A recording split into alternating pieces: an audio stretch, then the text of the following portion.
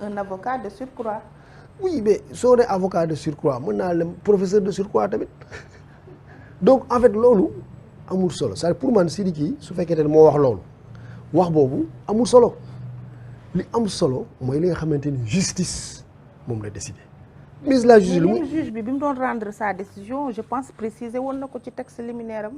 non préciser wu ko de en fait c'est que suñu la condamné yenn condamnation pénale yi mun nañu mentionner ne cette condamnation emporte inéligibilité ou perte des droits civils et politiques juge bi mun na ko bañ prononcer pourtant code pénal bi dafa ne suñ la condamné à 5 ans d'emprisonnement ferme pour escroquerie sur deniers publics ou détournement de deniers publics, enrichissement illicite et tout ça juge bi moom dafa war a prononcer la déchéance des droits civils et politiques daf ko war a prononcer mais su ko prononcé wul ça ne signifie pas que prononcé wu ko rek yow da ngay conserver ses droits civils et politiques parce que des fois est-ce que pour yow logique na ñu condamner nit 5 ans wala 7 ans wala 4 ans pour détournement de deniers publics ou escroquerie sur deniers publics après ñu ne non mais mun na nekk candidat à l'élection présidentielle benn.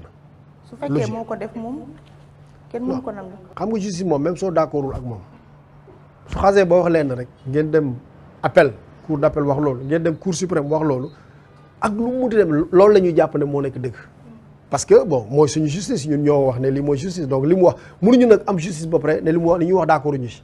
ah mooy gëm yàlla rek te wóolu comme ñenn ñi. ni exact donc bon loolu justice moo ko wax et puis deuxièmement code électoral Sénégal dafa ne pour nga nekk éligible da nga nekk électeur te Sénégal suñ la condamné à des peines même légères dañ lay radier ci liste électorale yi suñ la xasee ba radier ci liste électorale bi nekkatoo électeur mënoo nekk éligible d'ailleurs ñoom loolu moo taxoon mënuñu woon nekk candidat. mënuñoo nekk candidat à nekkoo électeur doo mun nekk éligible am nañu ne du yoon parce que loolu ñoo ko ci yokk mun nga bañ a nekk électeur ba pare nekk éligible réew yi ci àddina bi yëpp amul benn réew boo xam ne mun nañ la génneel nit koo xamante ni nekkatul électeur waaye nekk na éligible mooy munoo wote waaye mën nga nekk président de la république.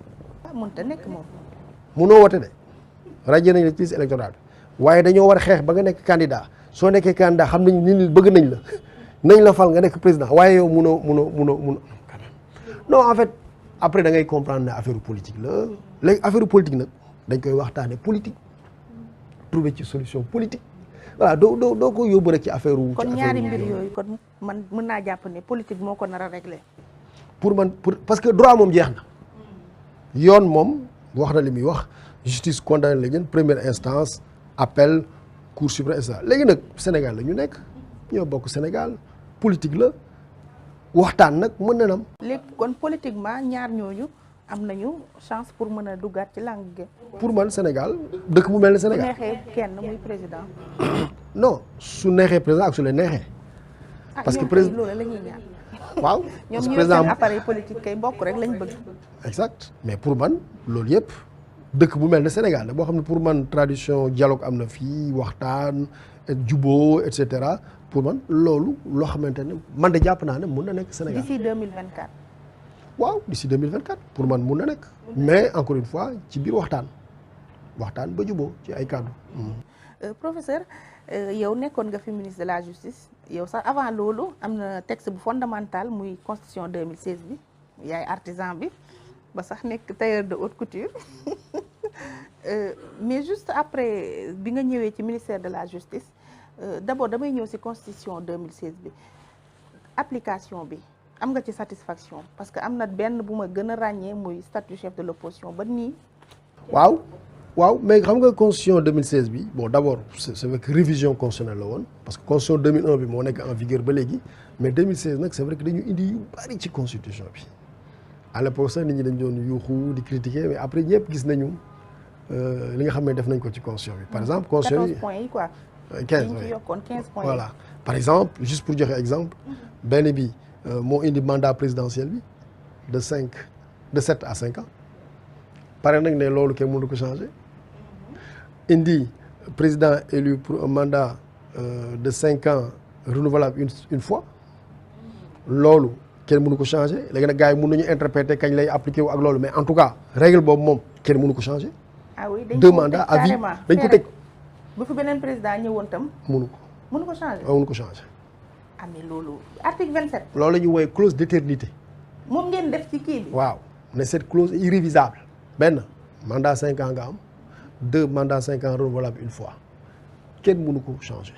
amul beneen président comme buñ faloon keneen mu ñëw ne da koy dindi. changer ko xanaa nga ñëw ne da ngay def référendum te loolu sax normalement warul mu nekk. dañu def clause ces clauses sont insusceptibles de révision. loolu mooy kenn mënu ko changer. dañ ko feere carrément. dañ ko feere comme kenn mënul changer forme républicaine du gouvernement de l'État. mënoon ne Sénégal léegi nekkatul république monarchie la donc yooyu dañ ko def ci constitution bi 2016 nit ñi dañ koy fàtte. pourquoi ñu def ko dañu gis ne mandat président bi da doon varier bi ñuy dem indépendance 7 ans la woon 70 ñu indi ko 5 ans 63 sax 4 ans lañ ko indi 70 ñu indi ko 5 ans 91 ñu indiwaat ko 7 ans 2005 ñu 2000 bi Wade ñëwee ñu def ko 5 ans Wade toog ba 2008 yokkaat ko 7 ans ñu ne non léegi mandat bi nañ ko stabiliser à 5 ans définitivement ñu stabiliser ko. limitation mandat yi gis nga première fois Sénégal ñu ni président mënul passer 2 mandats ñu ngi ko def ci constitution 70 ñu ni Senghor mënul def 2 mandats plus de 2 mandats 76 ñu changé ko 91 ñu indiwaat ko ne président mënatul def 2 mandats ñu changé ko 98 boobu ñoo Abdou Diouf ñoo ko changé ñu changé ko ne léegi président mun na def lu ko neex bi Wade ñëwee mu indiwaat ko ne léegi président 2 mandats rek la mën def. mais defutoon disposition transitoire. très bien loolu mooy indi woon coow li léegi nag après bi président Macky Sall ñëwee nag mu ne léegi nañ ko def 5 ans renouvelable une fois dootuñu ko changé. mais sans disposition buy préciser ndax mandat bu njëkk bi ci la bokk wala bokk ci. waaw amul disposition kon erreur bi fi président Wade bàyyi moom ngeen fi reporté. waaw amul disposition transitoire loolu président wax na ci xalaatam man wax naa ci sama xalaat léegi bi ñu toogee ba nga xamante ni coow li dafa commencé di bari président nañu gaa yi man wax naa ci yéen wax ngeen ci affaire mandat loo leen ci wax mu indi coow tey man ak yow su ma la waxoon fii su ma juumoon rek boo wax la ci leen suba mooy nekk à la huit moo tax mënuñu gaa yi affaire bi jeexagul mu ne on a jusqu'en 2024 pour gouverner le pays suñu dugalee tout de suite ay wax ci affaire mandat bi day perturber suñu camp perturber liggéey bi léegi loolu omerta suñu leen ci waxee bu leen ci wax bàyyi leen ñu liggéey su leen demee ba mu jot mais ñu wax ci li ñuy wax mu ne mais pour l'instant buñ ci waxati donc ñu jàpp loolu moo tax man lay. président nag yorul garderie nag professeur nag. non du jardin d'enfant nag. c'est vrai mais moom am na droit. su fekkee man intellectuellement li ma gis mooy président day présenté wu 2024 te constitution may na ko ndax 2 mandats de 5 ans la ñu préciser waxuñu waxu mandat de 7 ans.